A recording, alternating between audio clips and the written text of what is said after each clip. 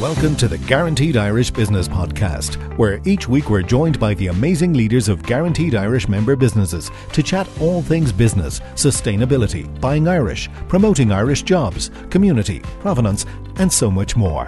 Sponsored by FBD Insurance, Ireland's largest homegrown insurer. Support. It's what we do. Hello and welcome to the Guaranteed Irish Business Podcast. My name is Sean Kennedy and joining me today is Larry, owner, founder, chief guide and, well, everything man, you said, from Onum Cree Tours. How are you, Larry? Washer. Thanks. How are you? Thanks for coming in. Good, Sean. Good morning to you. Now, for anyone who might not be aware, I suppose, give us the history of Onum Cree. Well, I suppose we're just starting to establish the history at the moment because we are a tour operator delivering incoming tours to the market, and last year was our first year of operation, so we're in our very, very, very early history. It was a good start, good first year, and thankfully, in the post-pandemic, we're really looking good for this year. The first 6 months of the year is very, very good, very strong. Like everybody, I suppose, in tourism, hospitality, and events, we're seeing the bounce back. And, good, it's about time. Yeah. So where did the idea for the company come from originally? Well, the idea it was actually came as a result of COVID. The company I was working for at the time, Vagabond Tours, who would be one of the top small group tour operators in the country, like everybody else, was just wiped out for COVID, and I was general manager there. I had been with them for 8 years, having started as a driver guide, and was general manager for 5 years. And as I say, with COVID, the way things went, and redundancy, and so I had sat down and had decisions to make, and I said, okay, go for it. And that's where it came about. You mentioned there you've been in the tourism industry for quite a long time, so as we're talking about that topic, talk to us a little bit from someone on the inside of the industry, how really COVID 2020 2021 really affected that industry, and how quickly it's recovering, how much more maybe there's still recovery to happen in 2023. Yeah, it has. I mean, it's, if you look at, we're still working on figures and data from 2019, and all the indicators from ITIC, the Tourism Industry Confederation, and from Falch Ireland, Tourism Ireland, everything is bouncing back well. From even speaking to some of my own hotel suppliers, actually during release from lockdown, when we had an opportunity to get out and about, they were really, what kept them going was staycations. And the hotels in particular. Here going as well. Yeah, here in Dublin, they did take a pretty massive hit because a lot of the hotels here, you're relying on events and concerts and gigs, and it just wasn't there. But when it comes to booking a tour with yourselves, what is the process? Well, we naturally, like everybody else, we use social and digital media a lot. I do a lot of promoting by Facebook ads, Instagram, Pinterest, and Google Ads. We will encourage people to reach out to us. They do, and we will see what they want. I mean, to us, I know we've been discussing pre the interview about along the lines of how we do things with our customers, not just exclusive to us, but to anybody who's serious about tourism, and anybody in a customer facing business. It starts the moment before they make contact. And so our social media channels, they're our voice. They're what sells us. They're what sells us as our values. As, yes, it's a tour of history and culture and mythology, but also great crack. And it's great fun explaining to people what crack is, even, so there's all those sorts of things to it. And so when they make contact, we just keep it going. We try and keep the contact going. And it's about communicating and following up with people. And a lot of business for me setting out came from referrals from the company I used to work for, and from others within the business network. It brought home to me as this is the first time I've worked for myself, even though I'm around a long time. It brought home to me the importance of network. And I think it goes for any business. It's because we're a small little country, and we've niche areas within niche industries, and networking is so important. And certainly a lot of my business for 2022 came from referrals from others. We really missed that during COVID. Yes. I know some of the events we were at last year was a little bit weird still, kind of being at public events, because people, I didn't mind it, but people were still a bit iffy of, there's lots of people in one space all of a sudden. So it's not quite back yet, but it's getting there, and it was tough to make those connections, especially from a business point of view. So talk to me, if anyone's watching on YouTube, you can see we've got the website here in the background, so we could see like cycle tours and horse and carriage. So talk to me about like the destinations and what makes your tours special. Yeah, well, the destinations, I set up initially two scheduled tours, a 6-day Southwest, which covers kind of South Galway, Clare, Kerry, Cork, and also a 7-day Northern Ireland and Best of the West, where we hit up north, up Causeway Coast, Legendary, into Donegal, down through Sligo, Mayo, Connemara, back into Galway. So those are the scheduled ones, and I set those up based on, again going back to government agencies, Fáilte Ireland, Tourism Ireland. They have done fabulous work. They've got, for anybody in the industry, there's great supports, great figures, great data, great information of where people are visiting, where they want to visit. So that's where the footfall was. That's where I based it on. And then you're getting into your USPs. You're looking at the uniqueness of the small group, the comfort you can afford them, the personal attention. That's one of the advantages of being small, is the personal attention you can give to customers. And then this year, to try and expand a bit and just a little bit of growth, incremental growth, I've developed a 12-day tour, which is, I call it All Ireland, which I'm just taking a bit of license, because we don't really do the southeast on it. Well, we do. We hit the east, but we kind of scoot north of Waterford, heading towards Wicklow. That's brilliant. That's and congratulations. Best of luck with that. We look forward to hearing more about those new tours. Anything else new on the horizon for 2023? Yeah, before the month is out, I'll be launching a wellness tour. Brilliant. So by the time this episode actually goes up, it'll probably be live, will it? If not, I'll be having words with my marketing manager. Yeah, so I've got the wellness tour in the pipeline. Then for next year, I'll start. Might do a pilot of it this year. We'll see how it goes, but I'll do a southeast tour. Focus on, say, again, piggybacking on to the Ireland's ancient east. There's lots of places down there. I mean, we talk about the Ring of Kerry and Slay Head, and one of my personal favourite drives is when you get weather like is showing on the screen. There, it doesn't look like Ireland. Is when you go through Duloc Valley, it's just stunning. But you take the Copper Coast Drive in Waterford, it matches any of them, So it's to get down there to those places as well. So where would most of your business come from? My focus market is North America. Okay. So it would primarily be US, Canada, and then I pitch towards Australia, New Zealand would be the next tier. Very good. And then, but wherever there's expats, basically. Well, it's not even that. I mean, a lot of people have no Irish connections. It's not just the expats. A lot of people just want to visit Ireland because, again, with the explosion of what we have in terms of digital and social, it's global. It's easy to reach. Easier when people see or sharing photographs on Instagram and other platforms. People are just seeing the beauty of the country and the crack. And as I say, that's my primary market. But just this morning, I've got tied down a group of 11 people from Taiwan. Coming out of COVID and stuff like that, especially when it comes to travel and tourism, obviously, even nowadays, safety and security, I suppose, in a travel tour, especially if it's like on a bus or something like that, or like a group tour, is still very important. So talk to us, I suppose, about the safety and comfort from your point of view for guests during tours. How do you keep that high? Yeah, again, I take it back, Sean, to well before the tour starts. And again, it's from the very outset, from the very start of that customer journey, and it's how you communicate with the customer. Like most, I have it pretty tightly written into the terms and conditions, and will tell people, listen, here's like everybody else, nobody reads terms and conditions. So I say, okay, in an email I say, I'm attaching the tedious stuff but important, and please look at section 1, which deals with basically, if you get COVID, I'm sorry, but you have to leave the tour, or any other infectious, highly transmissible disease, and that's pretty standard throughout the industry now. But again, going back to pre-tour, we always send our customers a pre-tour survey, which alerts us. I don't want to know people's medical history, but I do want to know if something happens, if there's a medical emergency on tour that's linked to a condition they have, that we have a heads up, that we know that, if we have to bring somebody to a medical centre, that we know, by the way, they're allergic to whatever XYZ. they're allergic. Very clever.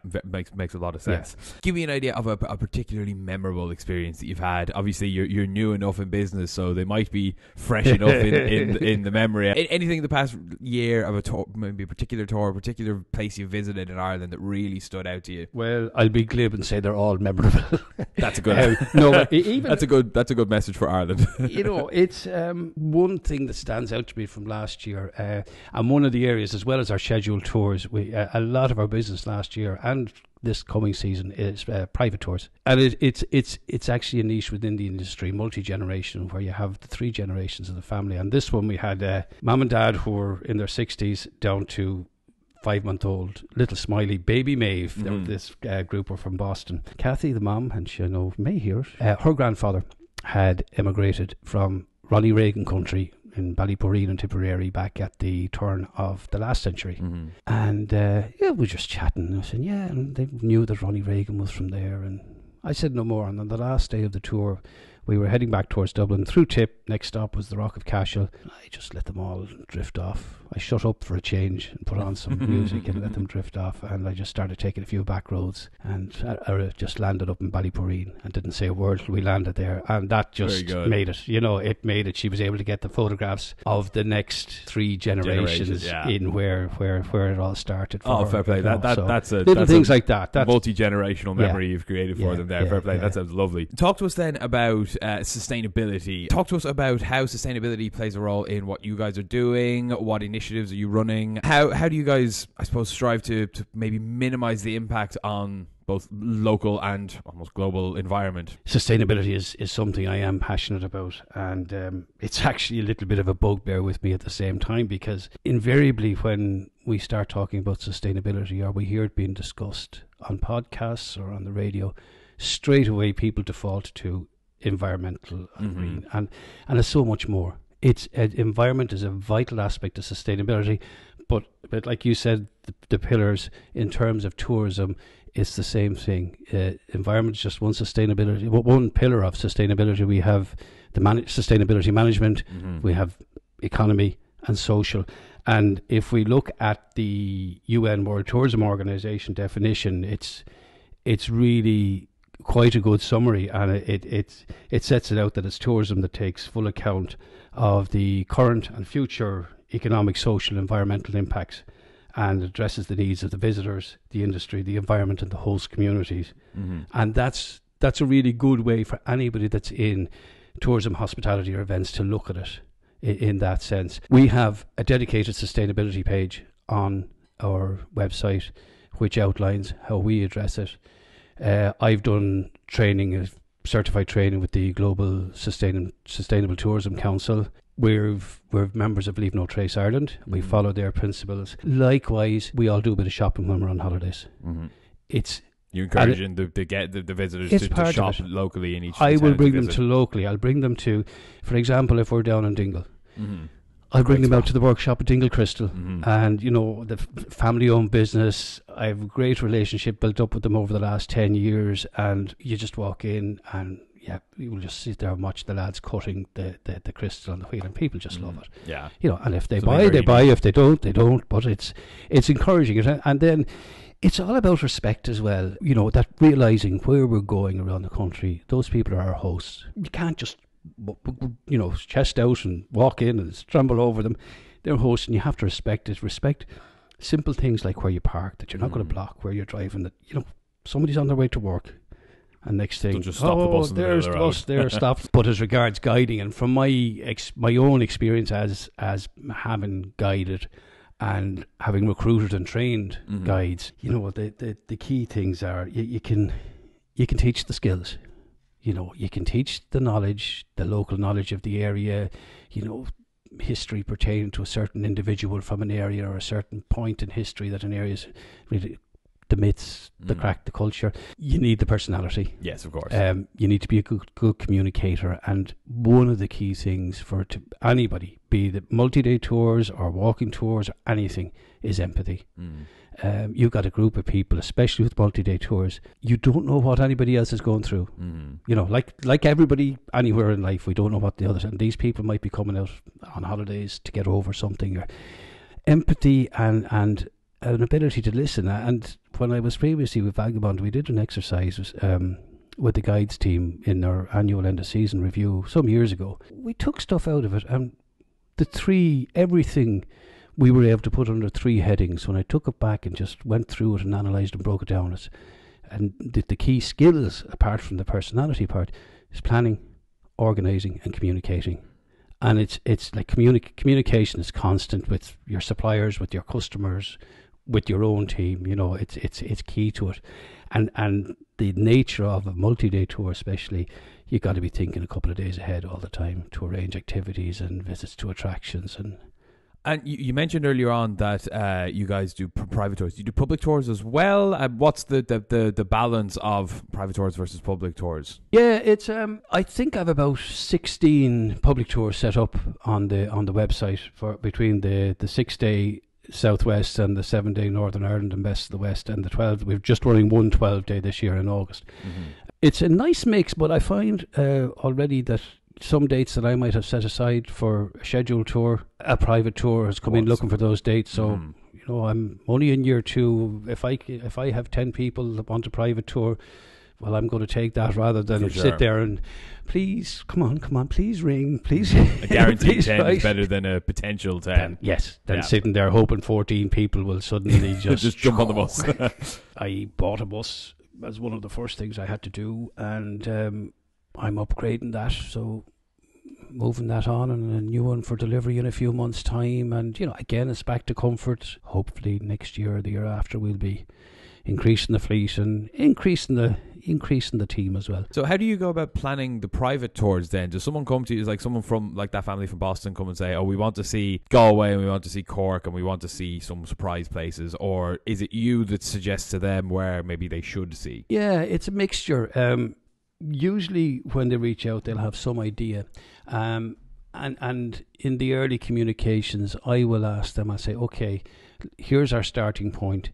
Give me a list of your must-sees, must-dos, if you have them. Give me a list of your must-sees, must-dos, and then of nice-to-sees, nice-to-dos, and we'll take it from there.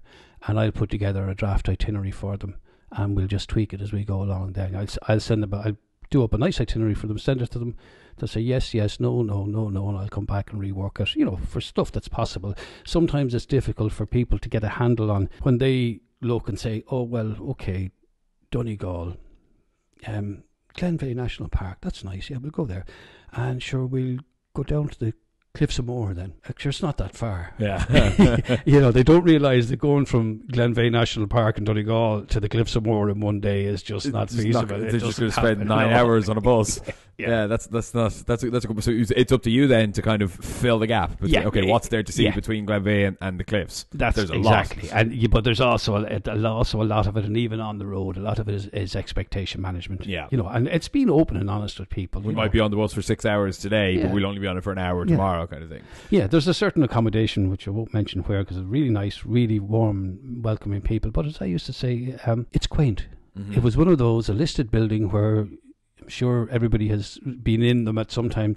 To find your room, you go up 2 steps, around the corner, down 3 steps, up another 2 steps, and eventually you find it, and it's great fun. How do you come up with new ideas for places to go? Do you just go on like your own experience and knowledge of the country, or do you actually go out and explore places that maybe you haven't been, that you think would be good locations to bring people in future? Yeah, it's a combination again. You know, you're looking at places where I might particularly love, customers mightn't like them, and no matter what, it's what they want is the bottom line. If they want to go and kiss the Blarney Stone, which I'm sure a lot of them do, it's almost a thing of you can't go to Ireland from the States and not go do out, did you kiss the Blarney Stone? And it, you know, part of that is trying to explain to people it's not just about the stone, because you can arrive in there and there could be an hour and a half queue to kiss the stone. I always check the Port of Cork website. You try to explain to people there's so much more. The castle itself is beautiful. Great. The grounds, the gardens, they're fabulous. That rather than just good place to spend a whole day rather than just stand in a line to kiss a rock. Yeah. Finally, then, on kind of that topic of beautiful places around Ireland, anyone listening who might be listening maybe over in the States or something like that, who's thinking of planning a visit, and in fact I know of a friend of mine who's coming over in July, who is planning essentially an itinerary, and I will of course recommend that you look into booking a tour with yourselves. What's like the one place that people have to visit? The one place I would say, people talk about the cliffs, and yet over the years you bring people to the cliffs, and if you're winding your way down either way between Clare and Kerry, and if you take the ferry rather than the road, and you come up the coast, and Loop Head, Kilkee Cliffs, a lot of people find them even better than the Cliffs of Moher. They're not as tall, but you're right up close. You really get just the overwhelming feeling from them. That's a bit like you asking me, have I one favourite spot in Ireland like that? That's kind of what I have asked. And I don't. It's one of those that, because you have different types of beauty.